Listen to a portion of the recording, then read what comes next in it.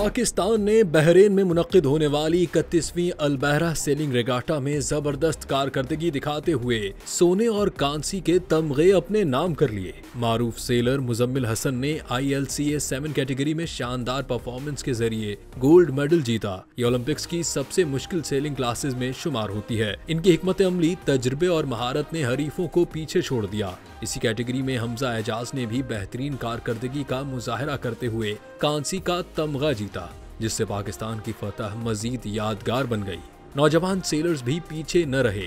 मोहम्मद सुलेमान ने optimist category में चौथी पोजीशन हासिल की और उनके हौसले और सलाहियत ने सबको मुतासिर किया। इसी तरह मुजम्मिल हुसैन ने ILCA 4 कैटेगरी में छठी पोजीशन हासिल करके अपनी सलाहियतों का लोहा मनवाया। दोनों नौजवान पाकिस्तान के यूथ डेवलपमेंट प्रोग्राम का हिस्सा हैं, जो मुस्तकबिल के ओलंपियंस की तैयारी में मसरूफ हैं।